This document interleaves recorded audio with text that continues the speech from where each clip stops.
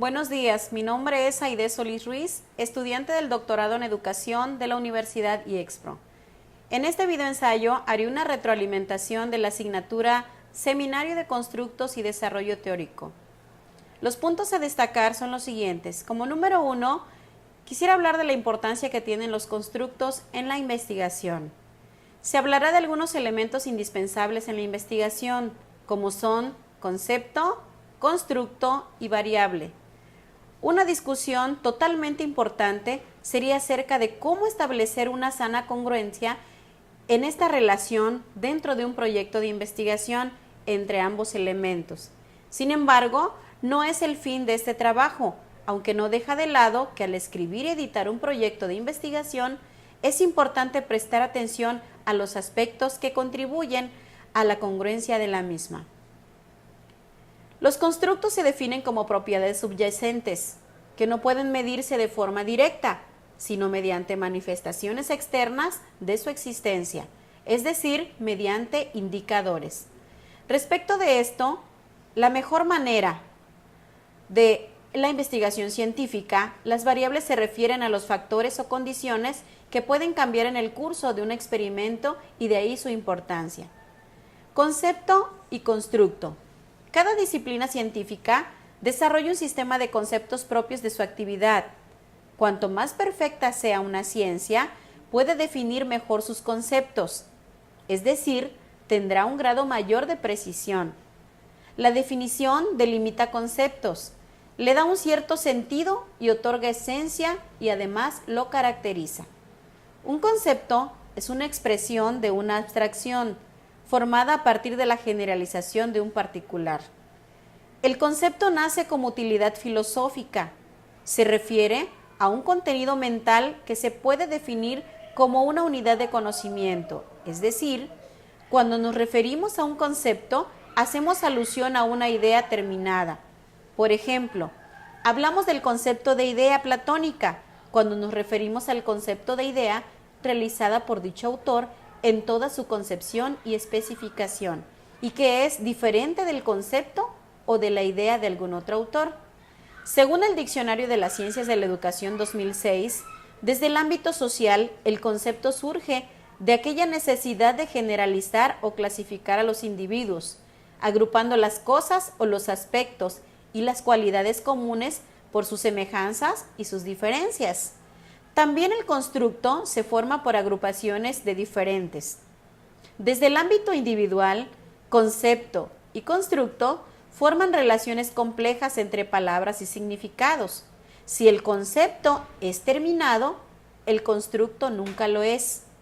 Y esto porque está en íntima unión con la experiencia y la significación del sujeto, cosa que no hace el concepto, que desde una óptica filosófica se refiere a la capacidad y a la utilidad de la idea ya creada. Es decir, nuestra mente utiliza a la perfección estos. Ambos son importantes en una investigación. Así, a través de la abstracción fabricamos conceptos que no se corresponden directamente con la realidad que observamos. De esta manera, ideamos principios geométricos, códigos de lenguaje, teorías científicas, que explican en algún aspecto lo que nos rodea. Todos estos elementos son constructos, pues han sido constituidos por nuestra mente a partir de la actividad cerebral. Por lo tanto, el constructo es lo que permite relacionar los conceptos con realidades. Así, las hipótesis, las leyes, las teorías o los modelos explicativos son todos ellos constructos mentales. El constructo está más allá del proceso mental concreto que se conoce como ideación y el proceso físico-social que implica la comunicación. La base metodológica de la investigación está constituida por constructos, variables, indicadores y de ella los índices. Respecto del constructo, se explica que la mejor manera de que la investigación identifique su objeto de estudio es por medio del concepto, un intento de abstracción realizado sobre algún aspecto o rasgo que presentan las cosas bajo la observación. La inteligencia, el rendimiento, son un ejemplo de ello. La agresión, la emoción, la tendencia, son ejemplos. El mencionado autor refiere al constructo como un concepto formulado en forma deliberada, con objetivos científicos.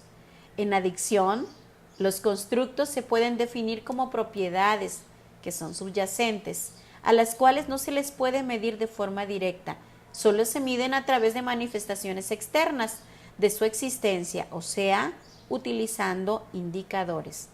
Es decir, por ser los constructos variables subyacentes, con frecuencia son identificados con la denominación común de variable.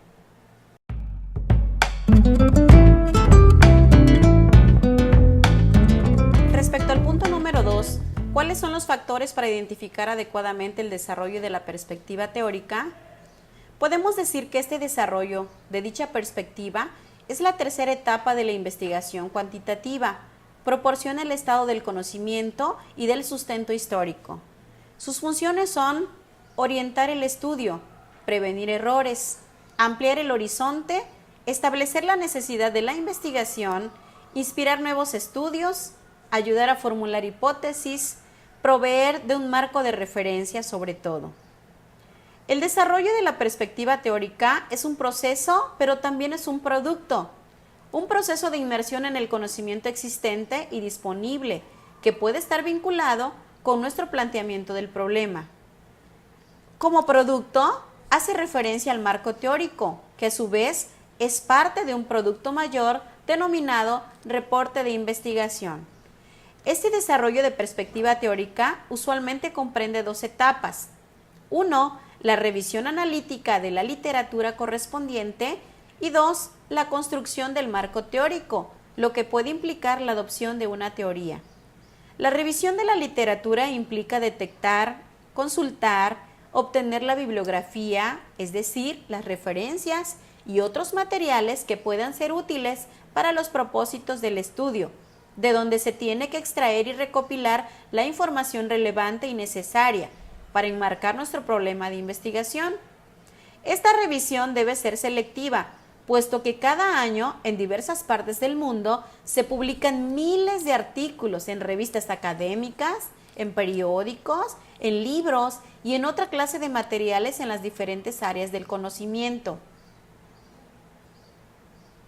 Una vez extraída y recopilada la información que nos interesa de estas referencias pertinentes para nuestro problema de investigación, podemos empezar a elaborar un marco teórico, el cual se basará en la integración de la información recopilada. Un paso previo consiste en ordenar la información recopilada de acuerdo con uno o varios criterios lógicos que sean siempre y cuando adecuados al tema de investigación. Algunas veces se ordena cronológicamente, otras por subtemas o por teorías, tal es el caso. Hernández Sampieri y Méndez 2009 sugieren que el método mapeo, elaborar primero un mapa para organizar y identificar el marco teórico. Otros autores recomiendan otro, denominado por índices, donde se vertebra todo a partir de un índice general.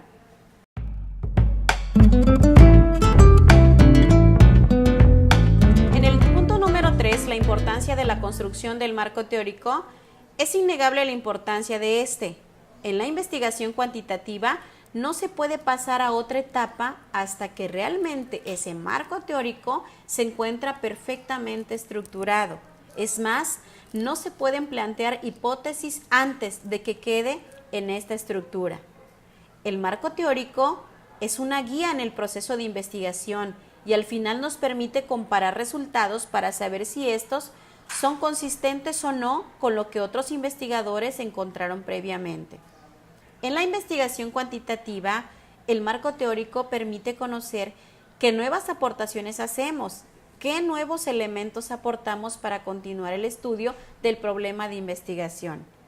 En el caso de la investigación cualitativa, el marco teórico es muy importante, ya que al mismo tiempo que se revisa la literatura, se está entrando en contacto con el fenómeno de estudio. Se puede ir construyendo el marco teórico y haciendo preguntas de investigación. Al final, permite visualizar dónde encajan los resultados de dicha investigación. Con respecto a la investigación mixta, el marco teórico debe contener investigaciones cuantitativas, cualitativas y mixtas si es que las hubiera. En este caso, el marco teórico es útil para mezclar la información, recordando que éste permitirá integrarla, contrastarla y analizarla.